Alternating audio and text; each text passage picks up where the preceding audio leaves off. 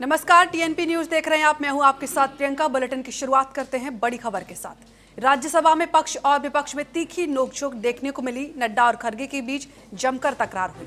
Party को अबोध बालक का बंधक मत बनाइए, नड्डा ने इस तरीके की बात कही और मोदी जी ने आप सभी बंधक बना रखा है आपको, और इसी का जवाब खरगे ने भी दिया है नड्डा। तो राज्यसभा में नेता सदन जेपी नड्डा और विपक्ष के नेता मल्लिकार्जुन खरगे के बीच तीखी तकरार देखने को मिली। खरगे ने राज्यसभा की कार्रवाई शुरू होते एक दिन पहले लोकसभा में हुई घटनाक्रम का मुद्दा उठाते हुए कहा कि वो वहां विपक्ष के नेता को बोलने नहीं दिया गया है। इस पर नड्डा ने बीच में रोकते हुए कहा कि दूसरे सदन की बात यहां नहीं रुक सकती। राज्यसभा में नेता सदन जेपी नड्डा ने राहुल गांधी पर निशाना साधते हुए विपक्ष के नेता मल्लिकार्जुन खरगे को नसीहत भी दी। आप अपनी पार्टी को अबोध बालक का बंधक ना बनाएं। इस पर खरगे बोले, मोदी जी ने आप सभी को बंधक बना रखा है। तो इस तरीके से तीखी तकरार देखने को मिली है राज्यसभा में, और इसी को लेकर एक बड़ा बयान भी दिया गया है खरगे की तरफ से, जिसमें प्रधानमंत्री मोदी के लिए बात कही गई है कि उन्हें बाहर निकालें।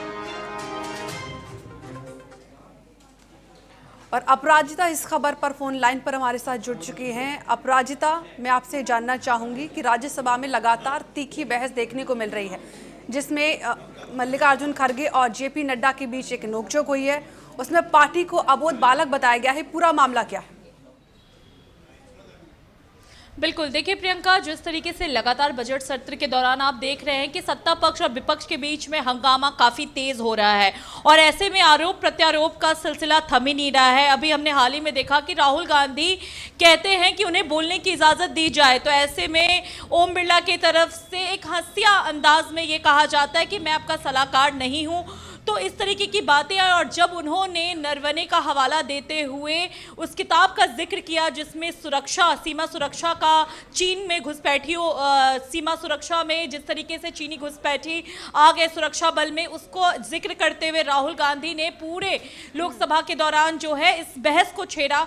तब इस पर हंगामा बहुत ज़्यादा मच गया था, और इसको, इस किताब को अनपब्लिश्ड बताते हुए बेबुनियाद बताया गया था सत्ता पक्ष की तरफ से। और अब आज आप देखेंगे कि जेपी नड्डा और मल्लिकार्जुन खरगे के बीच में बहुत तीखी बहस हुई है इस चीज को लेकर के, जब मल्लिकार्जुन खरगे ने यह कहा कि राहुल गांधी को बोलने नहीं दिया गया, यानी कि लोकतंत्र की जो खतरे की बात हमेशा की जाती है वो दिखते हुए नजर आया, जिस पर जेपी नड्डा ने साफ तौर पे जवाब दिया कि खरगे को ये बातें समझ में आनी चाहिए कि राज्यसभा की बातें लोकसभा में नहीं हो सकती और लोकसभा की बातें राज्यसभा में नहीं। यानी कि राहुल गांधी को इस पर उन्होंने अबोध बालक तक कह दिया, और ये कहा कि कांग्रेस पार्टी को इस पर विचार करना चाहिए कि वो नेतृत्व किसके हाथ में दे रहे हैं, क्योंकि नेतृत्व करने वाला जो व्यक्ति है वो अबोध बालक है। तो कुल मिलाकर देखिए तो ये जो बहस का सिलसिला था वो बढ़ता चला गया, इसी में नोकझोंक बढ़ी, और सीधे राहुल गांधी पर जिस तरीके से जेपी नड्डा ने अबोध बालक कहकर के संबोधित किया, उस पर मल्लिकार्जुन खरगे भी बिफर गए। India US